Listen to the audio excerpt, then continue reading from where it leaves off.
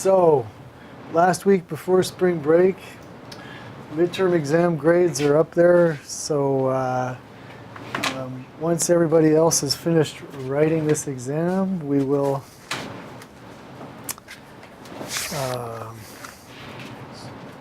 discuss all the answers. And let me see here. Gotcha. Okay.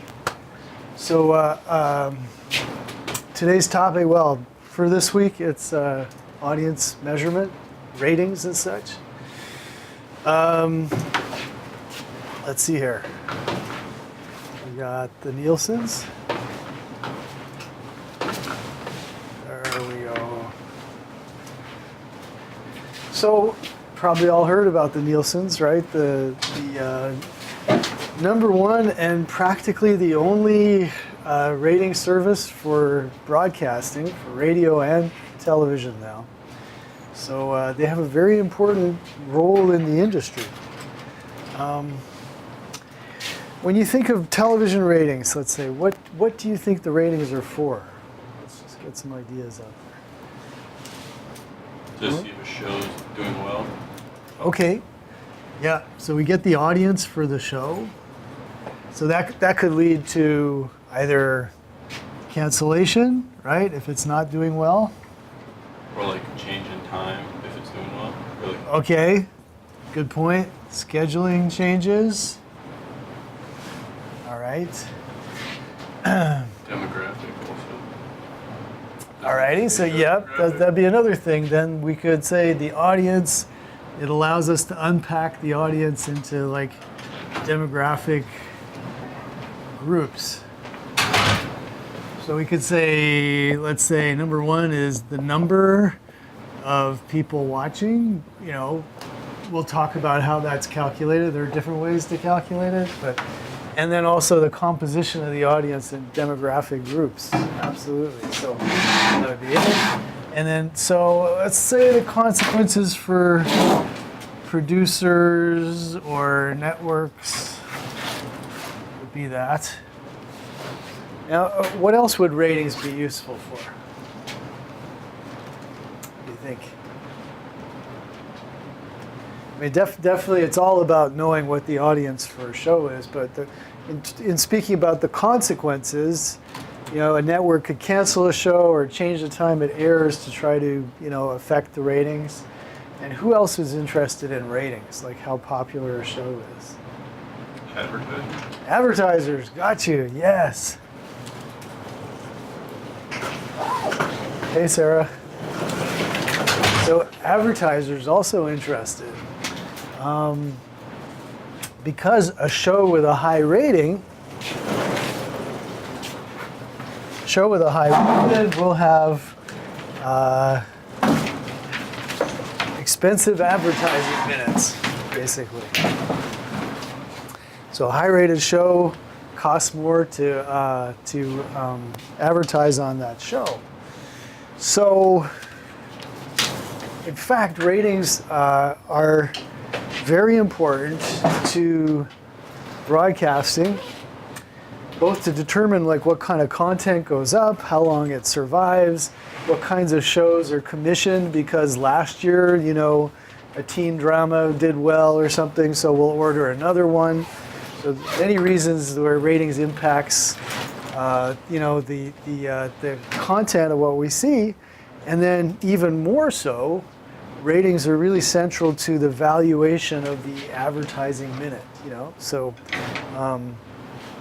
you know, if your audience numbers, if your ratings fluctuate and they go up a little bit, you can sell your advertising. You know, at least in theory, you can sell it for more money. So ratings are really important on that level too. What do you think would happen if people stopped believing that ratings are actually reliable? What if someone sort of floated the idea that ratings are fake and you could buy ratings points and stuff? What do you think that would do to the business? Nobody would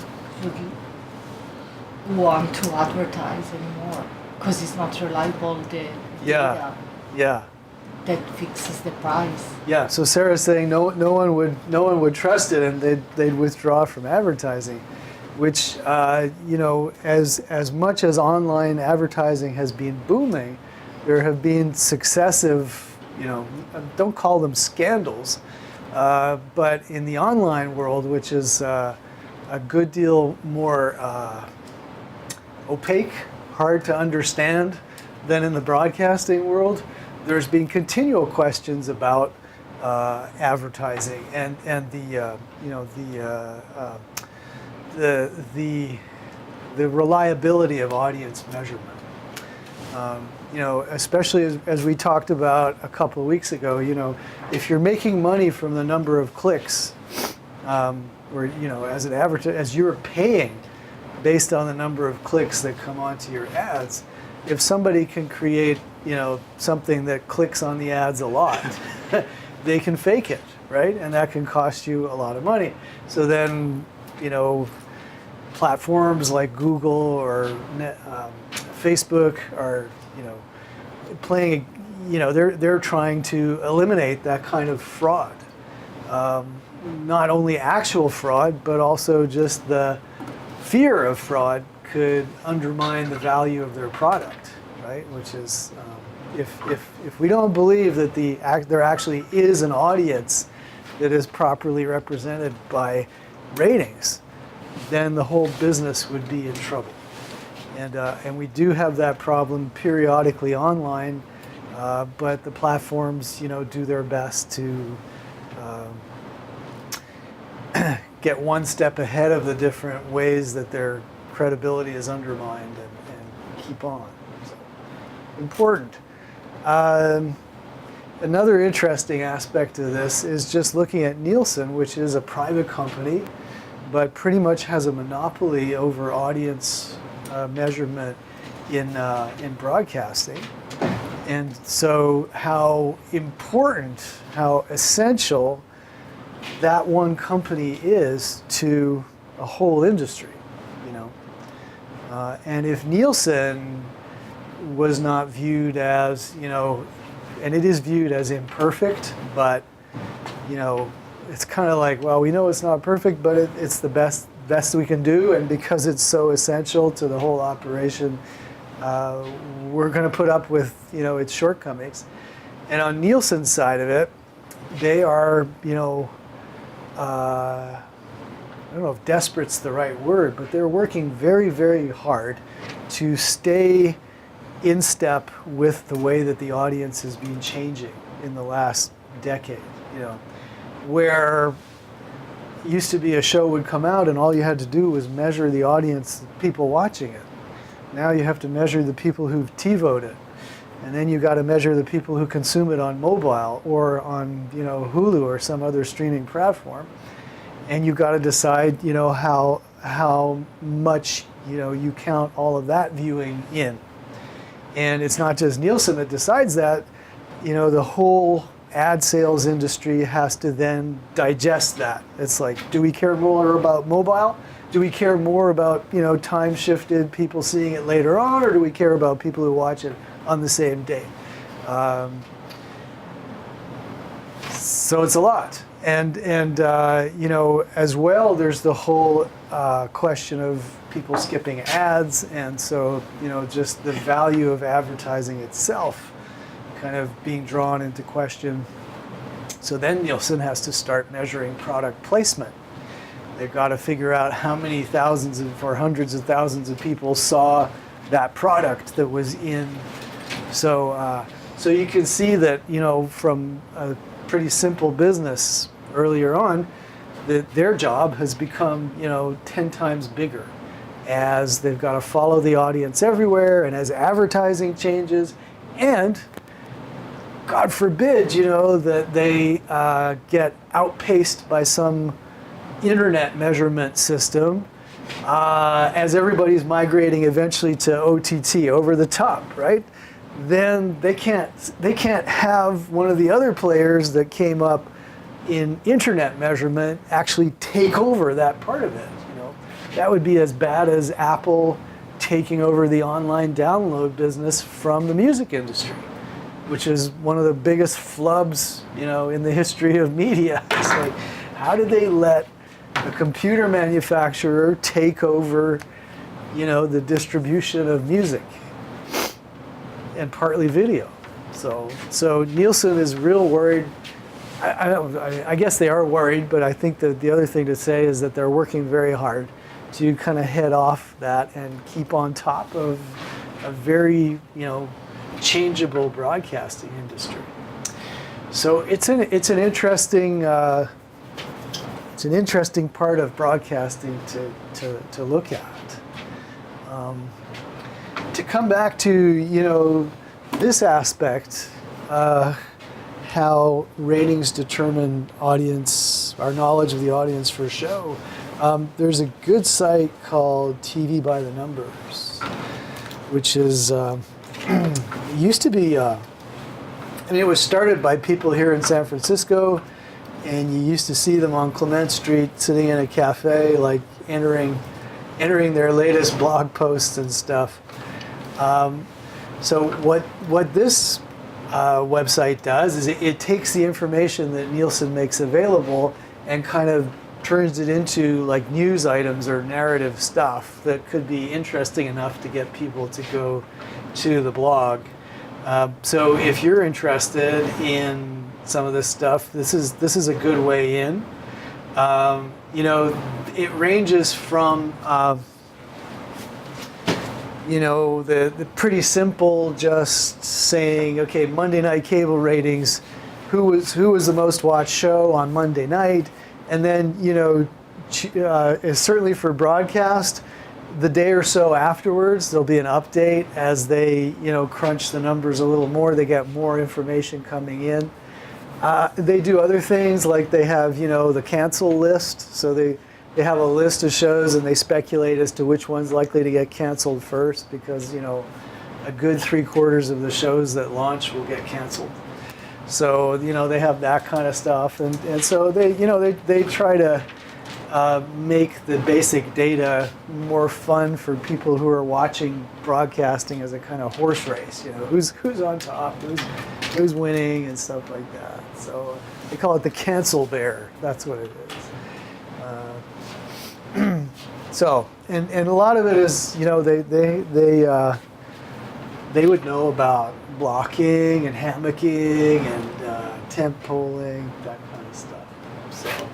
So this can be a fun, interesting way to get into the horse race part of it, who's doing well.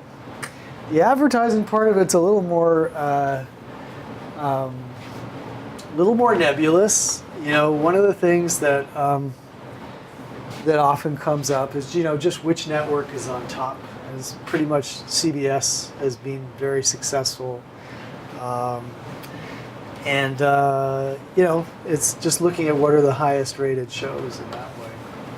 So let's not forget our slideshow here, and we get in. So there were some original ways of measuring audiences that came up long before we had our current system. So the first way they did it, which was in the 1920s, was the telephone recall system. So on that, they would call you up at home in the middle of the day, and they'd say, "What did you watch last night?" Or it was radio. "What did you listen to last night?" So what do you think would be a drawback of that type of research if you're calling people up midday and asking what they listened to the night before? It sounds intrusive. Sorry? It sounded intrusive. It sounds intrusive, yeah. It's true, you might be kind of, don't call me up in the middle of the day. So there's that. And in terms of its accuracy, what could you see as a downside of calling people? They could lie. They could lie. Okay, so people could lie. They could forget. Yeah. Right? They could forget what they listened to last night, but somebody from Madison Avenue phoned, and we've got to say something. So we'll tell them. We'll usually tell them our favorite station, the one that we know the name of, or the first one that pops into our head. Yeah. all reasons for why every time you listen to the radio, you'll hear, 94.1, rah, rah, rah, the Butch, or whatever it is, and this is like just so that's the first one you remember still, So, because it's a recall system, you might lie, you might forget, or you might just go to the one you know. Let me put that one. So there's one. So building on that, another company named Hooper started phoning people in the evening when they were actually listening to radio, and at least trying to eliminate that, as they would call. What do you think about the idea of using the telephone to gather this information? How might that lead to inaccuracy? Jonah? Might not pick up. People might not pick up. We're also talking about the 1930s. Not every house, not every house would have a phone, right? In fact, some houses would have a radio, but they wouldn't have a phone, because the radio you'd buy, and it was yours, and you get it for everything over the air was free, versus a phone you might not want to pay to be connected at that time. Ron? It might be like donations too, like nobody wants to be bothered. Nobody wants to be bothered? Yeah. Okay, so again, it's intrusive, right? The phone method. Yeah. So the possibilities I'm just trying to emphasize here, the efforts made to be more accurate, or especially to appear more accurate anyway. So you might be intrusive. So, the coincidental method still suffers from the possibility that, not all of your audience has a phone. And believe it or not, this is a current problem now too, because people are still recruited through telephone systems, but a lot of people don't have a home phone anymore. So, and it was harder to come by, solid banks of data on mobile phone numbers and stuff. So it became difficult to, guarantee you were getting a good kind of representative sample of your audience just by using the regular landline phone. Who do you think talking demographically, who's less likely to have a mobile phone? Does it skew in terms of, let's think about landlines and mobile phones. Who's likely to have a landline? Old people. Old people, right. Older people, established, they stay in one place. Younger people are going to be on mobile. And because they move around a lot, because they're more comfortable with that technology, etc. So what that means is, if you're doing ratings, you're going to have a harder time finding those young people because you don't have access in the same way that you do to all the landlines. So that's still a problem now. Okay. There was still the issue, no matter whether you call a recall system or if you call with a coincidental, which means it's the same time, but you're still counting on people to actually tell the truth.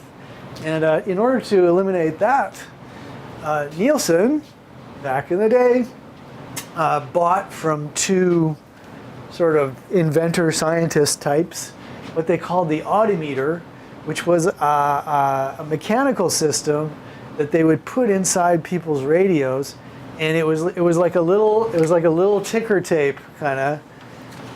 It wasn't motorized or anything. You had to turn a crank, and you turned a crank, and your tuning dial was connected to like a kind of a pen or something. So when you tuned to a different station, the pen would come over here, and you would crank it, and then it would show you were listening to this one, and you'd crank it and show you were listening to this one. At the end of, I don't know if it was a week or a month or whatever period of time, you'd take out the roll and you'd roll it up and send it back to Nielsen. And then they would put it in there, and they would have people working who would have to kind of interpret what was on the tape. It sounds pretty complicated, doesn't it? But it was already worth doing. So that was called the Audiometer, not in honor of audio, but in honor of audience, the audience meter. And they still they still call one of their products an Audiometer. They changed the name a little bit, but just because that was sort of their claim to fame back just before the Second World War. So that removed, apparently, at least the kind of human, the human distortion of having to ask people what they listen to, at least partly, And another development, Hooper was Nielsen's main competitor there. So for years, like when I started teaching, Arbitron was still the radio ratings company, eventually bought by Nielsen. And so they used a diary system. And up until 10 years ago, that was the way that radio was measured. So the diary, maybe have a picture of it here, or we could dig one up or something. There it is, yeah. So it would look like this, your diary, and it would have early morning, midday, late afternoon, night, and time. When did you start listening? When did you stop? Station. What are the call letters? Was it on AM or FM? And where were you? Were you at home? Were you in the car? Were you at work? Were you, I don't know, wherever else? So this is what, and it would be for 7 days, Monday, Tuesday, Wednesday, Thursday, Friday, Saturday, Sunday. And, you could check a box if you didn't listen to radio at all that day.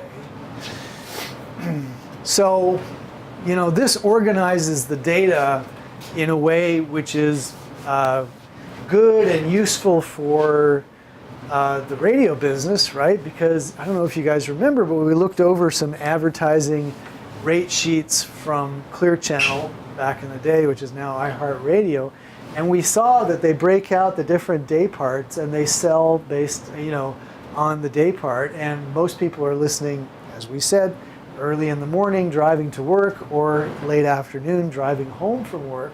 So they sell these more expensive, and the diary conveniently breaks down the day parts kind of in the way that they want to have the data for selling, basically.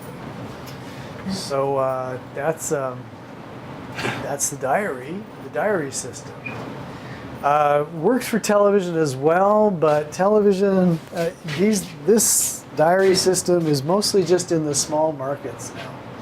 So anyway, let's get back into the order of things. So Nielsen, with the Audiometer, took a big part of the market, and then when television came up, Nielsen really concentrated in there, and Arbitron, which was the descendant of Hooper, became the radio, the radio rating service. It was like that till 2013. So they break the country up into what they call DMAs, designated market areas. So San Francisco Bay Area is a DMA, Los Angeles is a DMA, New York. So 270 something. Okay, they're different survey areas, but they're used for slightly different reasons, and we don't need to go into all that detail on it. But basically, each market is a designated market area, and they do ratings for that. So outside of the big market areas like San Francisco Bay Area, radio is still measured with diaries. But here in the Bay Area and the other big markets, they have moved to something called, where is it? Now, there it is. So this thing is called the portable people meter, and it's pretty much replaced the diary in the big 20 top markets in the radio. So this is a little device. As you can see, it's kind of like a fat cell phone or something.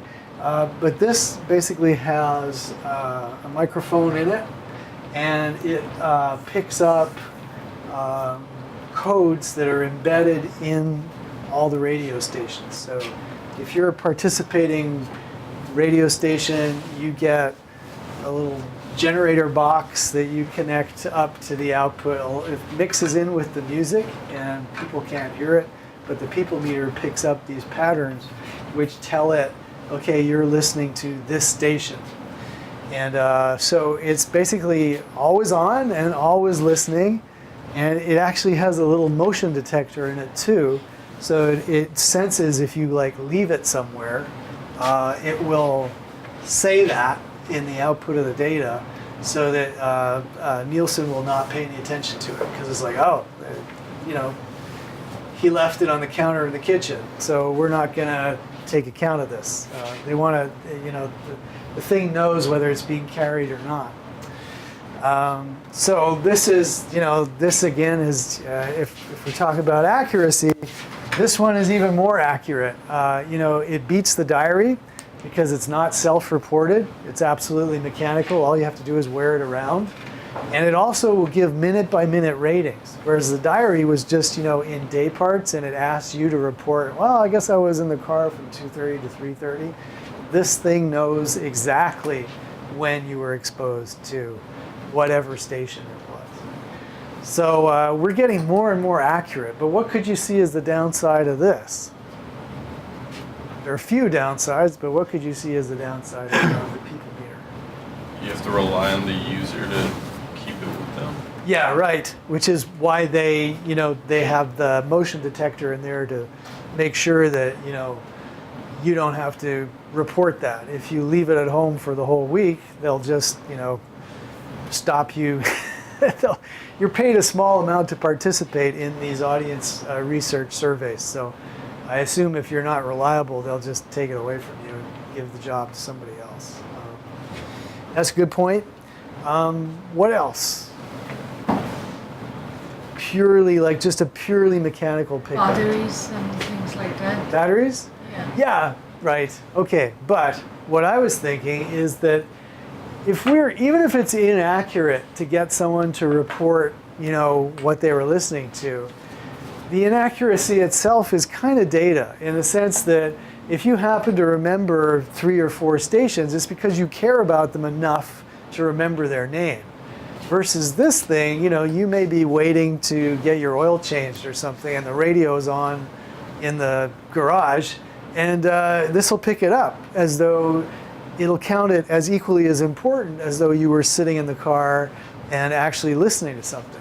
So even though it's, you know, nice and mechanical and it doesn't require you to self-report, on the other hand, it can also, you know, kind of confuse noise, like just random crap that is around you, from signal, you know, what you really want to listen to. You know what I mean? So, so the PPM has it's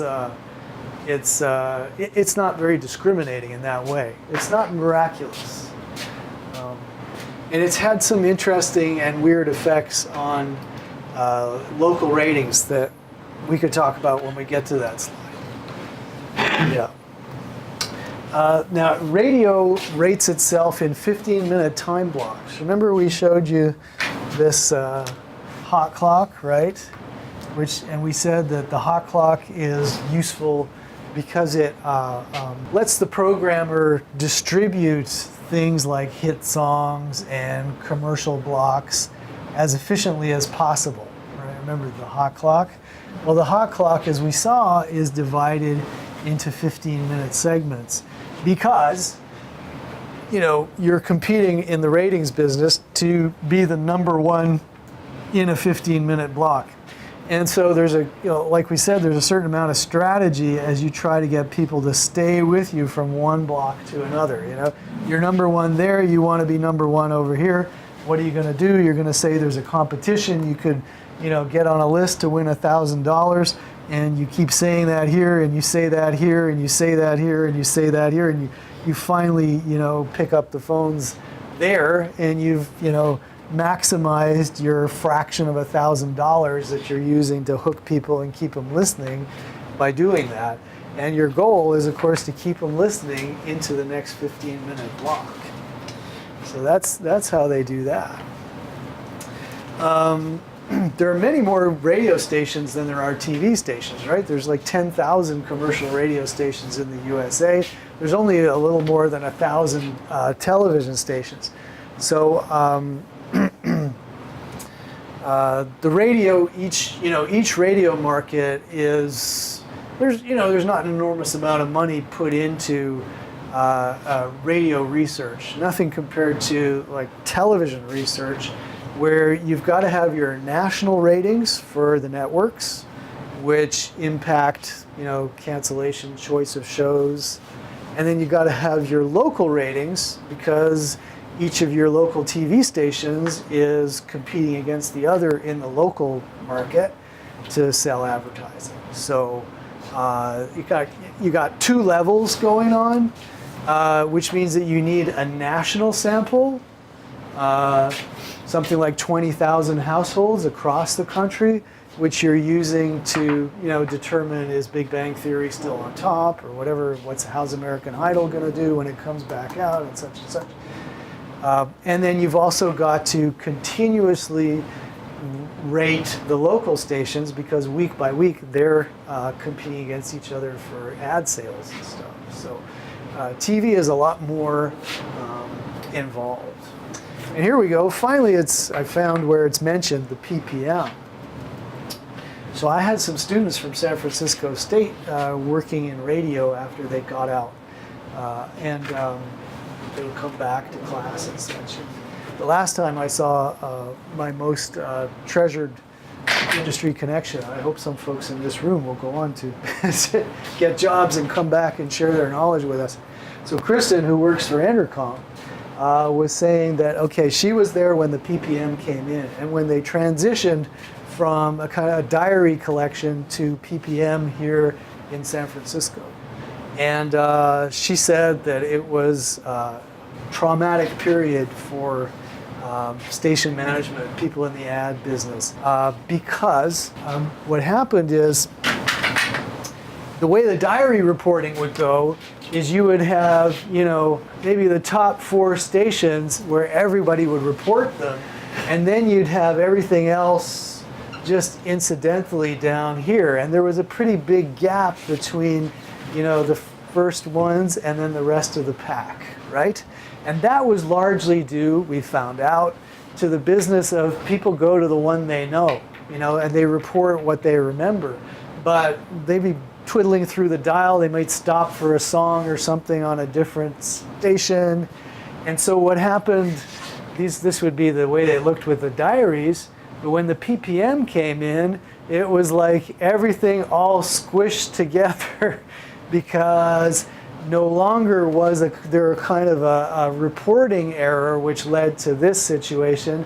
The PPM, which mechanically picked up everything, made everybody realize that all these lower rated stations were actually pretty close to the top rated stations, and boom, everything was squished together. And whereas it had been pretty easy to establish the dominance of these stations in the old method, in the new method, it was like a free-for-all. It's like who's where or what. So, and that can really mess you up, because that's your bottom line. That's your profitability drawn into question, right? When you can no longer say, we're number 2 with 18 to 24, because, you're tied with number 2 with 3 other stations. Screwed them up completely. It took a fair bit of time for the business to adjust, which is why Nielsen rolled out these PPMs. Well, it was Arbitron at the time, but it was bought in the midst of all this. They would roll it out market by market instead of like changing the whole business by doing 20 markets at once. They would, do it in New York, and then they'd wait a little while. They'd do it in LA, and then they'd bring it to San Francisco. And in every place, there was these little eruptions of misery, as this gave way to this. And there were some adaptations. For instance, because it's so precise, they were able to start competing for, like noon to 1. And we dominated noon to 1, which is where you got even more of this commercial-free, lunchtime or whatever type of thing. So instead of just saying, well, we're number 1 overall, then they would take particular day parts or bits and say, okay, we're number 1 right here, and the PPM could prove it. So it was a big change, and it's interesting to talk to someone whose job depends on the station being profitable and realize how freaked out everybody becomes when there is a change like that. and you're totally terrified that it's gonna clip 10% off of your advertising revenue for the year, that means people will be laid off. So it's really tough when things change. And that's one technological change in the rating. So how all of this works is, no way we have enough money to go to every audience member and say, well, what did you listen to, right? That's what's called a census. So US government does that every 10 years. They actually try to communicate with everybody in the country and ask them a bunch of questions. But in audience ratings, that would be way too expensive. So they estimate based on a sample of people. They got a small number or a smaller number, like for instance, the entire United States has 20,000 US households in the national TV sample. So that's for God knows how many, 300 million people or something. So they stand in, they're a sample that is supposed to be representative. So this is where it's very important who you actually recruit into your research, because they should be sort of like, they should reflect the larger audience that you're estimating based, you're looking at them and you're saying, well, there's a certain percentage of this group of people, a certain percentage of this group. It should match up with the DMA, the area that you're actually working. And that can be tough. If you're in a DMA like the Bay Area, which is like super diverse, you want to make sure that you're matching the sort of percentage of African American listeners, the percentage of Latino listeners, and so on and so forth. You got to make sure your sample kind of lines up with that. Otherwise, you're going to skew the results, and it's already imprecise enough. And yeah, so all of these are challenges. We've dwelt upon this idea that the way you get the data can certainly influence the response. There's all kinds of self-reporting errors. We've seen the PPM, how it changed things up. Let's not go to the internet. Let's go to a video, which is a kind of an interesting, crazy video. So this was prepared by ESPN to educate those companies who may want to advertise on ESPN, because it's a cable network, they may not be all that savvy about ratings and such.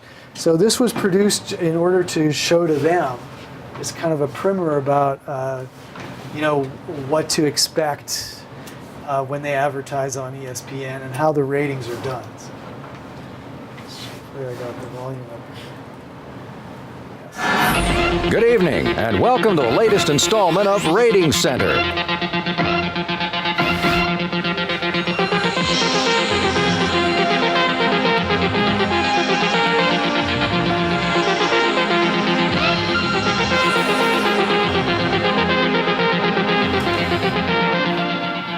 I'm Chip Spaulding, alongside Clay Rogers here to cover the finer points of TV ratings. What do you say, Clay? Well, Chip, it turns out our viewers have been tweeting up a storm. Everybody wants to know how the rating system works. Since we here at Rating Center consider ourselves the ratings experts, we feel it our humble obligation to give the people what they want.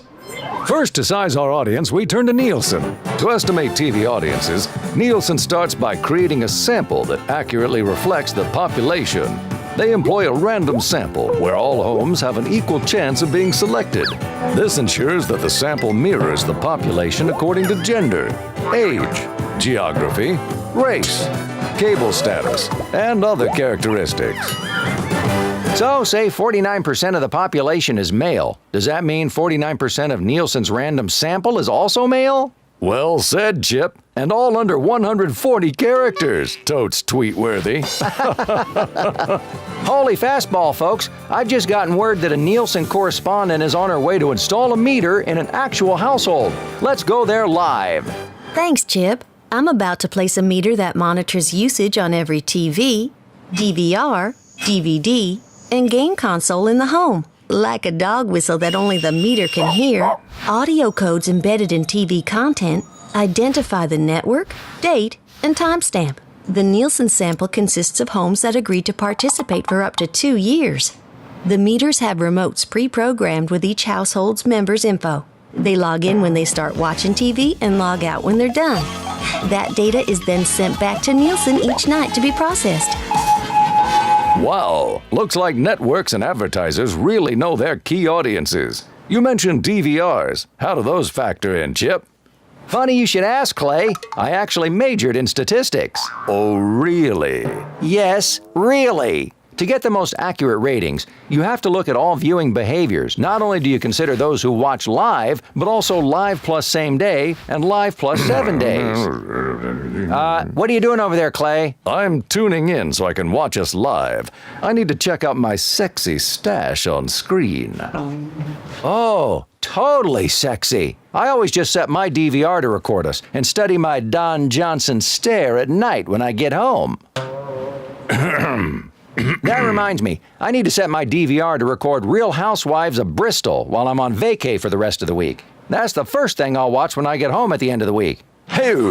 So to recap, boys and girls, live viewing means you watch the program as it was happening. Live plus same day viewing means you either watched it live or watched it from your DVR within the same day. Live plus 7 viewing means you either watched it live or watched it from your DVR within 7 days of when it aired. Thanks, Clay. Well, we've reached that time in our program where we perform our ratings formula. For that, let's go to expert number cruncher Baxter Orion. Thank you, Chip. Nielsen has gathered the data from the meters to project the number of homes or viewers watching in the entire population. This is known as impressions. Additionally, each cable network has a total number of subscribers possibly watching a program known as its universe. When we take the number of impressions and divide it by the universe, we get a percentage, which is our cable coverage rating. Now, let's say 2 different cable networks had 25 million people watching in prime time. One network had 100 million subscribers, while the other had 50 million subscribers. Putting this in our formula, we get, the first network delivered a 25.0 coverage rating, and the other delivered a 50.0 coverage rating. Exactly, because the first network's universe is double the latter.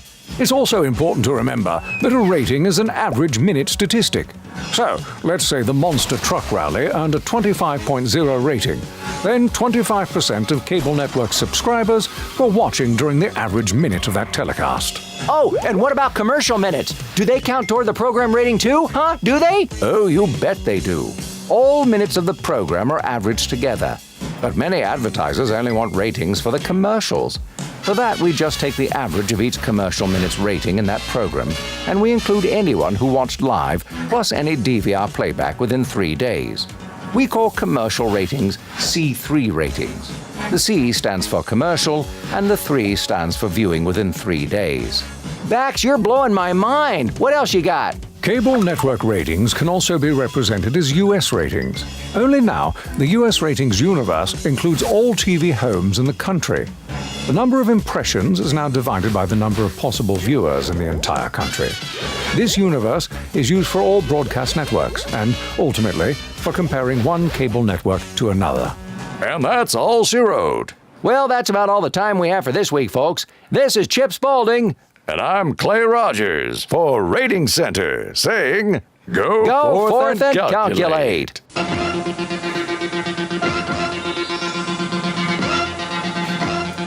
This is ESPN, the Entertainment and Sports Programming Network. Okay.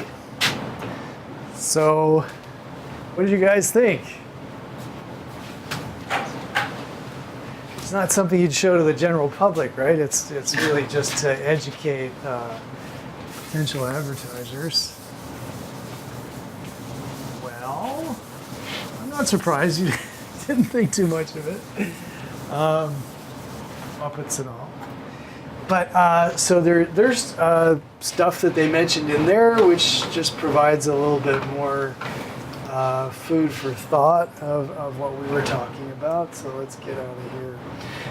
So here we are. They brought this up. They showed us how to calculate the rating. The estimate of people who tuned in divided by the number of people who own a radio or TV set. So there's 2 formulas, and I want you to learn them. And they're not that difficult. And the way it was described in what we just saw, where this one's better.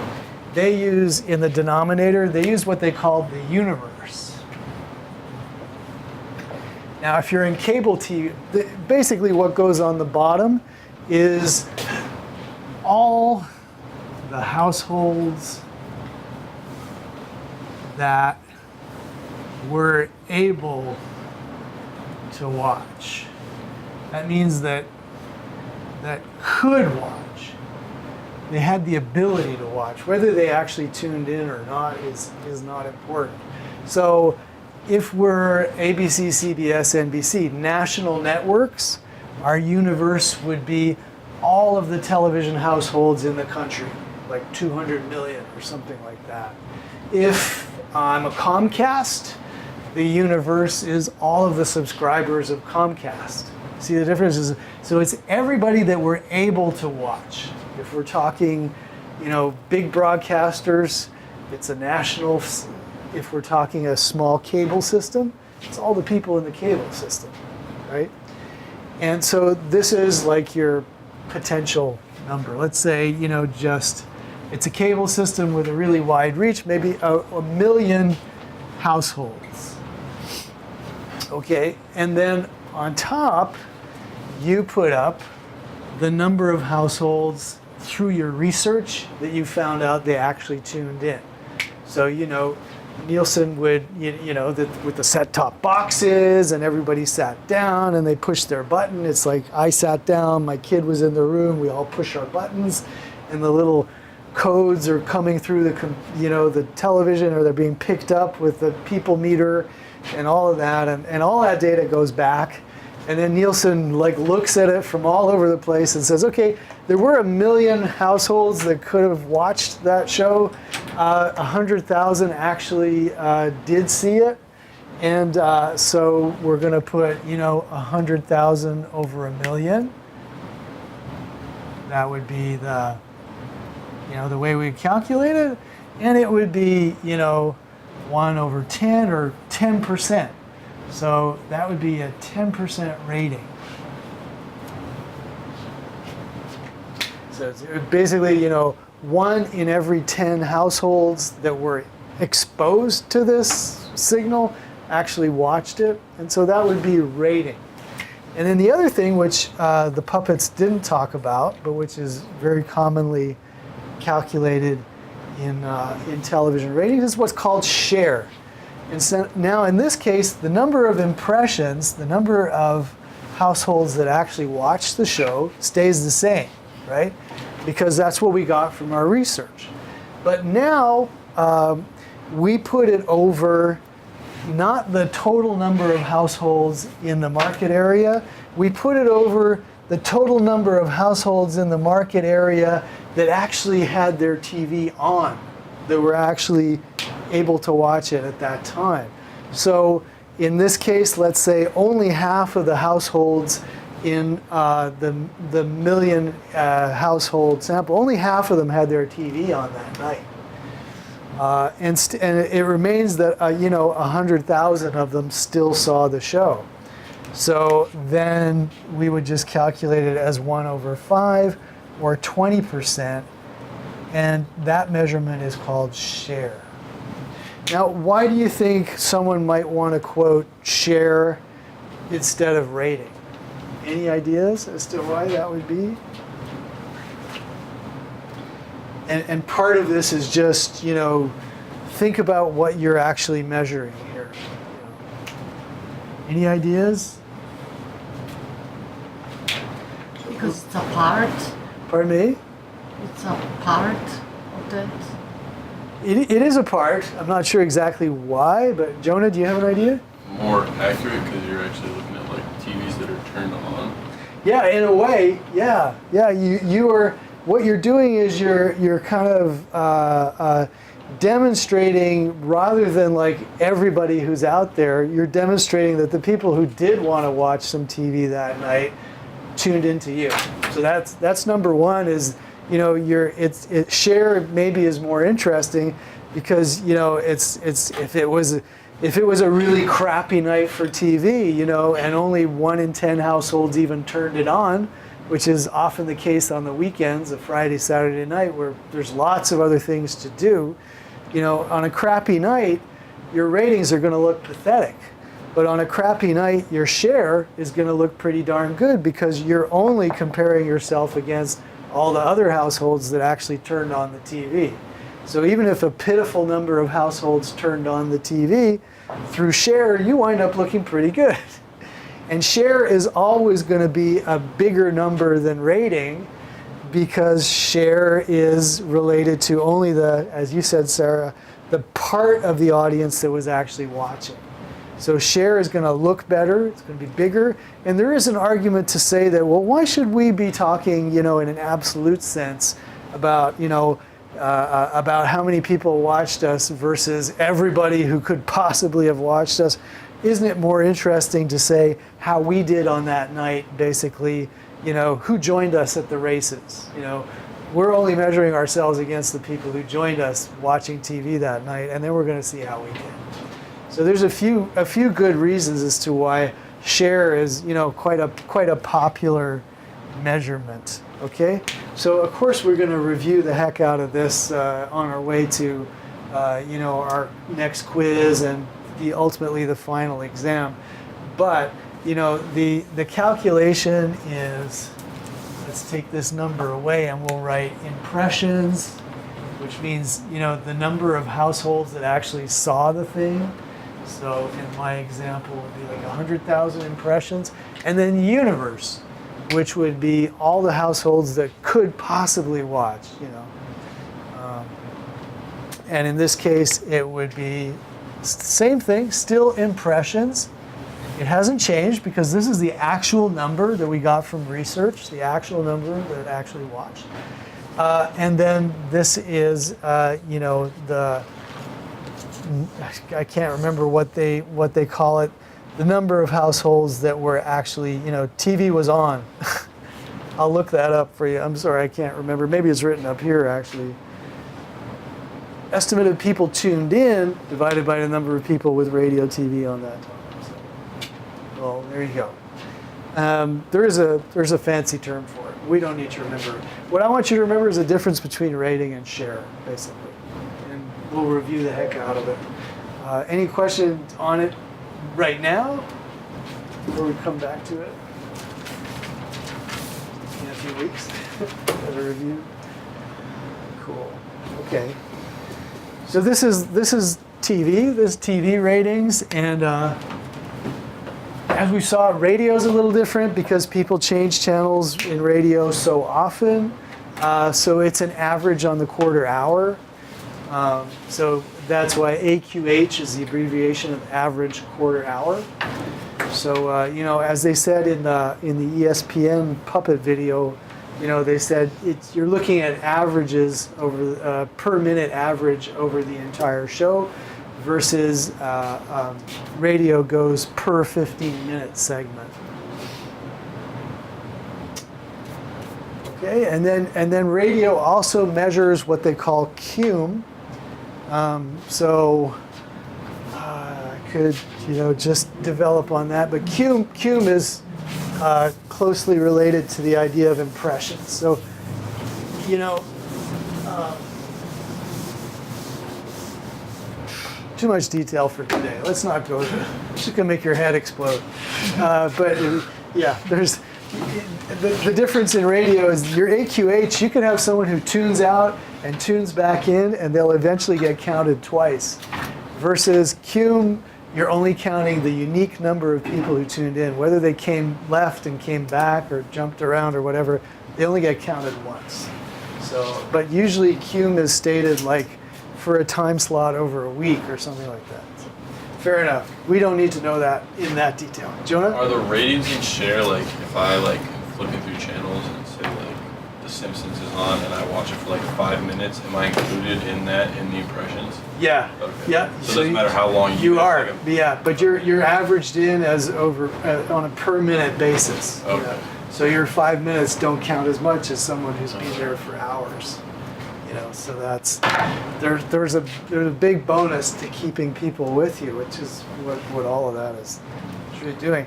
I mean, I don't, maybe in my downloads folder I have, remember we looked at some of the ratings data as for fun for our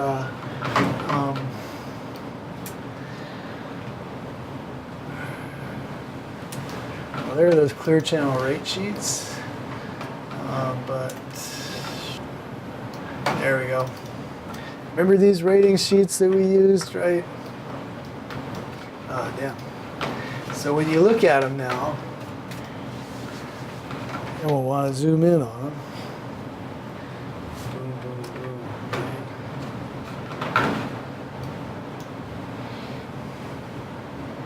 So some of them will have two numbers, not these ones. God damn. There you go. So what this means, American Idol, rating of 4.9, share of 14.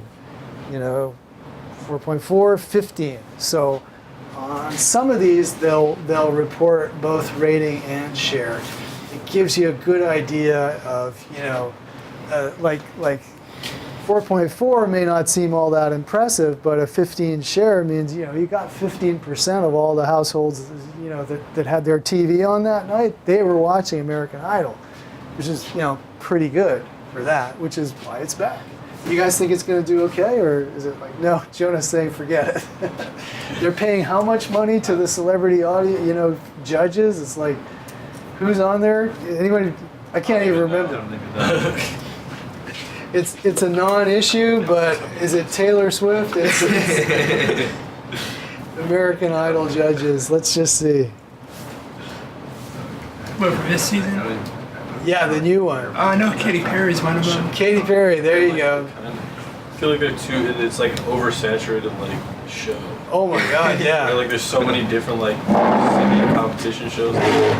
That's true too, and yet, they used to do really, really well. I don't know if they still will here. And she's being paid double-digit $1 million. It's wild. Really? Kind of crazy. That's pretty crazy. Let's see. Yeah. Okay. Enough of a digression.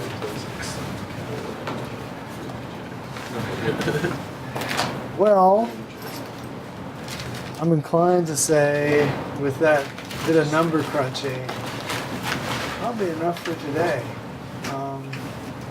So let's just, the last little bit, and we can follow on to this next class as well, is, a couple things. First of all, and where is that on this slide here? Yeah, there's more calculations coming up. You'll be happy to hear next class. I'm just trying to find the name of it. Broadcasters audience.